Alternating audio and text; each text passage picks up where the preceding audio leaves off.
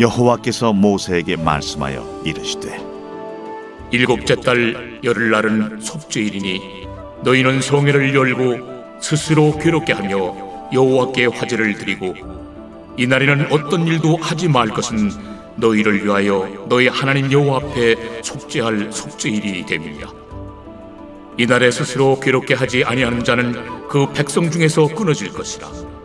이날에 누구든지 어떤 일이라도 하는 자는 내가 그의 백성 중에서 멸절시키리니 너희는 아무 일도 하지 말라.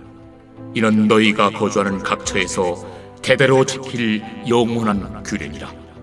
이는 너희가 쉴 안식이니라. 너희는 스스로 괴롭게 하고 이달 아흔날 저녁 곧 그 저녁부터 이튿날 저녁까지 안식을 지킬지니라. 여호와께서 모세에게 말씀하여 이르시되 이스라엘 자손에게 말하여 이르라. 일곱째 달 열닷새 날은 초막절이니 여호와를 위하여 이레 동안 지킬 것이라. 첫날에는 성회로 모일지니 너희는 아무 노동도 하지 말지며 이레 동안에 너희는 여호와께 화제를 드릴 것이요 여덟째 날에도 너희는 성회로 모여서 여호와께 화제를 드릴지니 이는 거룩한 대회라. 너희는 어떤 노동도 하지 말지니라. 이것들은 여호와의 절기라. 너희는 공포하여 성회를 열고 여호와께 화제를 드릴지니 번제와 소제와 희생제물과 전제를 각각 그날에 드릴지니 이는 여호와의 안식일 외에 너희의 헌물 외에 너희의 모든 소원제물 외에 또 너희의 모든 자원제물 외에 너희가 여호와께 드리는 것이니라. 너희가 토지소산 거두기를 마치거든 일곱째 달 열닷새 날부터 이레 동안 여호와의 절기를 지키되 첫날에도 안식하고 여덟째 날에도 안식할 것이요 첫날에는 너희가 아름다운 나무 실과와 종려나무 가지와 무성한 나무 가지와 신의 버들을 취하여 너희의 하나님 여호와 앞에서 이레 동안 즐거워할 것이라. 너희는 매년 이레 동안 여호와께 이 절기를 지킬지니 너희 대대의 영원한 규례라. 너희는 일곱째 달에 이를 지킬지니라. 너희는 이레 동안 초막에 거주하되 이스라엘에서 난 자는 다 초막에 거주할지니 이는 내가 이스라엘 자손을 애굽 땅에서 인도하여 내던 때에 초막에 거주하게 한 줄을 너희 대대로 알게 함이니라. 나는 너희의 하나님 여호와이니라. 모세는 이와 같이 여호와의 절기를 이스라엘 자손에게 공포하였더라. 이제 오늘은 이스라엘의 7대 절기 중에 이제 마지막 2개, 속죄일과 초막절 규례에 대한 말씀입니다. 이스라엘의 7대 절기는 우리 맨 처음 6월절부터 시작하죠. 6월절, 그 다음에 무교절, 무교병을 먹는, 그리고 그 다음에 맥주의 첫 결실, 맥주가 아니라 맥추, 보리의 첫 결실, 초실절, 그리고 나서 이제 이 오순절이 있습니다. 49일 후에 밀을 추수하는 오순절, 그리고 오순절 후에 그 다음에 7월, 오늘 우리로 하면 이제 10월이죠. 그때 나팔절이 있고, 나팔절 다음에 이제 이스라엘 1년의 가장 중요한 절기인 대속죄일, 그리고 오늘 이제 나오는 초막절, 수장절이라고도 합니다. 그때 이 두 절기를 오늘 함께 같이 이제 묵상하도록 하겠습니다.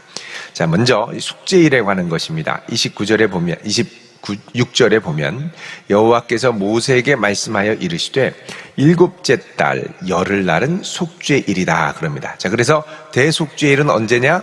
일곱째 달 열흘 7월 10일입니다. 음력으로, 유대력으로 7월 10일이 대속죄일이 되는데 이때 너희는 성회를 열고 모든 백성들이 함께 모여서 어떻게 하냐면 스스로 괴롭게 해라 그럽니다. 마음을 준비하는 것이죠. 스스로 괴롭게 해라. 왜 스스로 괴롭게 하느냐? 내가 한 해를 지나면서 이렇게 죄가 많구나. 이렇게 하나님 앞에 죄인이구나. 지난 한 해를 돌아보니 하나님 앞에 참 부끄러운 것 투성이구나 라고 하며 스스로를 괴롭게 하며 준비하라는 것입니다. 그래서 마음의 준비가 중요한데 그건 뭐냐면 마음으로 내가 죄인됨을 고백하는 것이죠. 나의 허물을 인정하는 것입니다.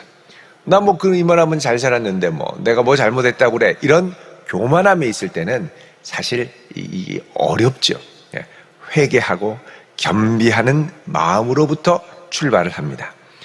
자, 그때는 28절에 어떤 일도 하지 말 것은 너희를 위하여 너희 하나님 여호와 앞에 속죄할 속죄의 일이 됨이니라. 잘못하고 죄인임을 아는데 뭘 한다고 자꾸 빨빨빨거리고 도망다니는 거는 하나님 보실 때 예쁜 모습이 아니죠. 잘못했으면 죄송합니다 하고 인간적으로도 무릎을 꿇고 가만히 있어야죠.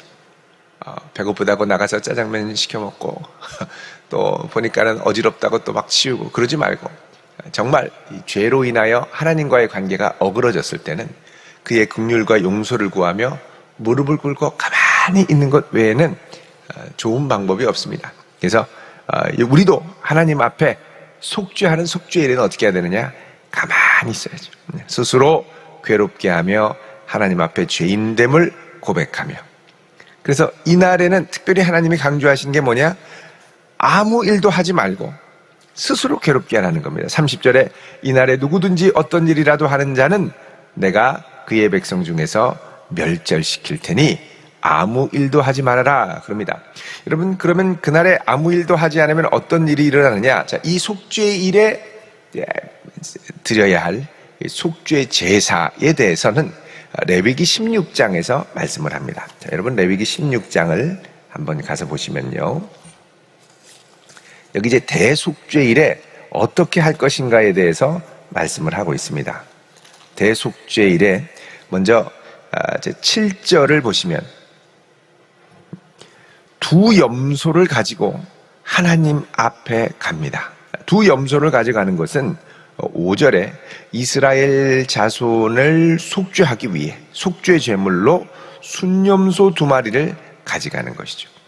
그래서 두 염소를 가지고 제비를 뽑아서 8절에 하나는 여호와를 위하고 또 하나는 아사셀. 이 아사셀은 여기 이제 나라주에 내보내는 염소 이렇게 돼 있죠. 하나는 속죄 제사로 죽임을 당하고 다른 하나는 내보내기 위하여 뽑는다라는 겁니다. 그래서 속죄를 위한 이 염소는 잡아가지고 피를 뿌리고 20절에 보시면 이 성소와 제막을 위하여 속죄하기를 마친 후에, 그러니까는 염소를 잡아서 이제 피를 뿌리고 그 다음에 살아있는 염소, 20절에 살아있는 염소는 아론이 21절에 두 손으로 안수해서 이스라엘의 모든 불의와 범죄를 지게 하고 광야로 보낸다고 그러죠. 그래서 이 광야로 내보내는 염소를 뭐라 그러냐? 아사셀 염소다 이렇게 얘기를 합니다. 이 염소가 22절에 그들의 모든 이스라엘 백성들의 모든 불의를 지고 접근하기 어려운 아주 험한 땅에 이르르거든 그 염소를 광야에 넣을지니라. 그래서 그 전에 저희가 이 아사셀 염소가 떨어지는 아사셀 절벽을 제가 한번 보여드린 적이 있습니다. 모든 이스라엘의 죄를 지고 절벽 끝에까지 가서 확 내보내는 거죠. 그러면 벼랑에 떨어져서 염소가 죽게 되는데, 이게 이제 죄에는 이제 두 가지죠. 죄를 처리하는 방식이, 하나는 뭐냐? 모든 죄를 지고 죽임을 당하는 겁니다. 그리고 또 하나, 모든 죄를 지고 영문 밖으로 나아가 고난의 광야를 지나가 죽임을 당하는 거죠. 그래서 예수님께서는 이 땅에서 공생애를 시작할 때부터 우리의 모든 죄를 지시기 위해 광야에서 시험을 받으시고 이스라엘 백성들의 죄를 대신 지시고 그 다음에 영문 밖으로, 예루살렘 성전 밖으로 그 죄의 질고를 지고 십자가를 지고 밖에 나가셔서 결국은 골고다 언덕에서 돌아가셨죠. 그러니까 이런 예수님의 속죄의 역사가 이런 아사셀의 역사, 아사셀로 인하여 이제 드리는 이 속죄제와 아주 유사한 부분들이 많이 있습니다. 이제 이걸 통해서 이스라엘 백성들은 죄사함을 받고, 이때 대제사장이 1년에 단 한 번 이 짐승의 피를 갖고 하나님의 지성소에 들어가서 하나님의 시은좌라고 그러죠. 하나님의 은혜를 베푸는 그 언약궤 위에 피를 뿌리고 하나님께서는 이 예식을 통하여 이스라엘의 죄를 용서하셨습니다. 단 유효기간은 1년입니다. 이 염소가 아무리 정결하고 깨끗한 짐승이라 하더라도 완전한 짐승, 완전한 제물이 되지 않기 때문에 결국에는 불완전하기 때문에 또다시 1년 후에 하나님 앞에 제사를 드려야 했죠. 그래서 또다시 제사를 드리고 또다시 제사를 드리고 1년에 한 번씩. 그래서 염소의 피는, 염소와 송아지의 피는 히브리서에 보면 능히 사람을 완전하게 깨끗하게 하지 못한다고 합니다. 그래서 어떻게 하냐면 예수께서 완전한 이 땅에서의 거룩한 삶을 사시고 죄가 없고 흠이 없는 그분께서 완벽한 제물이 되셔서 이스라엘을 위하여 영단번의 속죄죄를 하나님 앞에 드리셔서 영원한 구원의 길을 여셨죠. 그래서 이 그리스도의 사역에 어떻게 보면 이 속죄일은 예표적인 기능을 하는 것입니다. 자, 그 다음에 두 번째가 뭐냐면 초막절 규례입니다. 초막절 규례. 33절에 보면 모세에게 말씀하여 이르시되 이스라엘 자손에게 말하여 이르라. 7째 달 15째 날, 그러니까 대속죄일이 지나고 나서 닷새가 지나고 나면 여호와를 위하여 7일 동안 이제 이 초막절을 지키는 겁니다. 이 초막절은 말 그대로 이스라엘의 초막과 같은 이 초막을 치고 바깥에서 일주일간 자면서 또 이제 거기서 축제를 하는 거죠. 지금도 이스라엘에 가면 이 초막절을 지킵니다. 연말 되면은 이스라엘 사람들 집 위에 옥상에다가 초막을 쳐놓죠. 초막을 지려면은 말하자면 우리로 하면 텐트를 치고 일주일간 자는 건데 아이들이 상당히 좋아합니다. 그래서 그 시즌이 되면 마트에 가면 초막절 세트를 팝니다. 그래서 초막절 세트 갖고 텐트 치고 거기서 야자나무 같은 거 이제 이렇게 해가지고 그 데코레이션도 하고 거기서 일주일을 지나며 이제 왜 우리가 여기서 자냐? 그러면 하나님께서 이스라엘 백성을 광야 가운데 인도하셨던 그 역사를 쫙 설명해 주면서 일주일을 지나게 되고, 그리고 그 마지막 날에는 이제 잔치가 있습니다. 잔치가 있습니다. 네. 그래서 이제 이 절기 동안에, 이 7일 동안에 34절에 보면 35절에 이 기간 동안에는 너희들이 아무 노동도 하지 말고 일하지 말고 7일 동안 36절에 여호와께 화제를 드리고 8째 날에는 모두 함께 모여서 큰 거룩한 대회로 축하를 해라 그럽니다. 축하를 해라.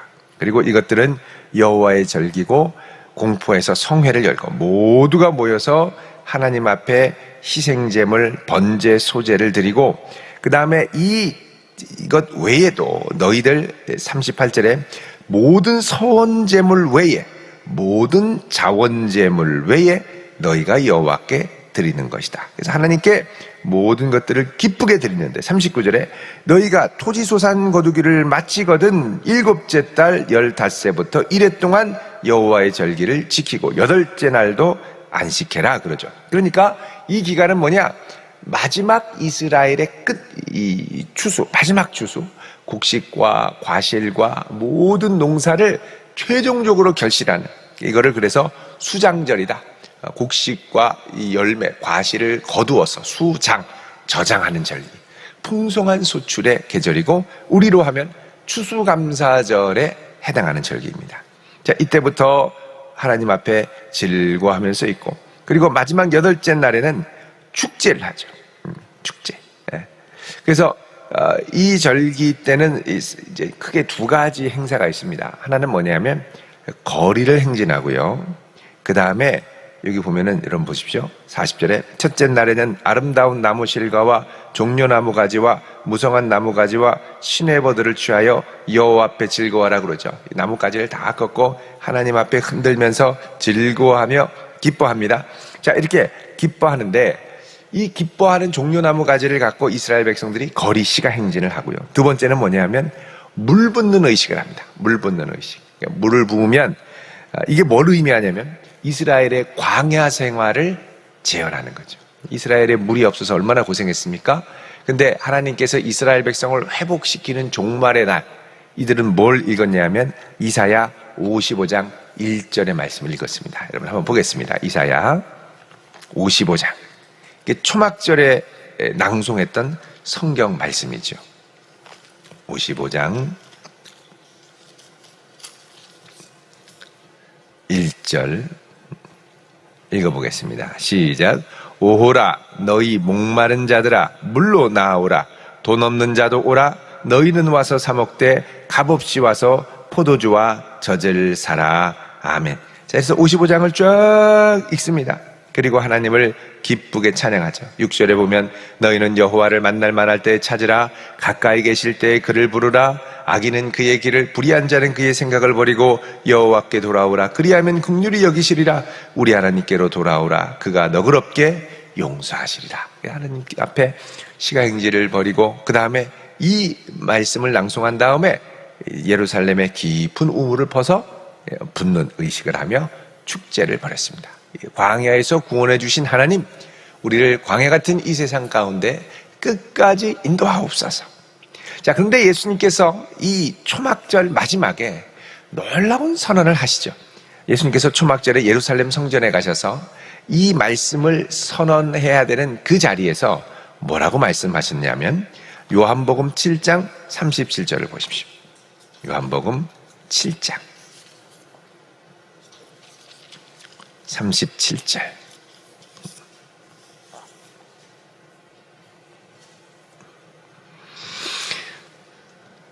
자, 읽어보겠습니다. 시작. 명절 끝날 곧 큰 날에 예수께서 서서 외쳐 이르시되 누구든지 목마르거든 내게로 와서 마시라. 아멘. 자, 누구든지 목마르거든 내게로 와서 마시라. 이거 이사야 55장 말씀과 아주 비슷하죠. 근데 예수님께서는 누구에게로 오라고요? 예수님께로 오라고 말씀하십니다. 그러면서 38절에 나를 믿는 자는, 예수님을 믿는 자는 성경의 이름과 같이 그 배에서 생수의 강이 흘러나오리라. 생수의 강이 솟구쳐 나오리라. 그러면서 이 생수, 예수님을 믿으면 솟구쳐 나오는 이 생수가 뭐냐? 바로 39절에 그들이 받을 성령을 가리키는 것이다.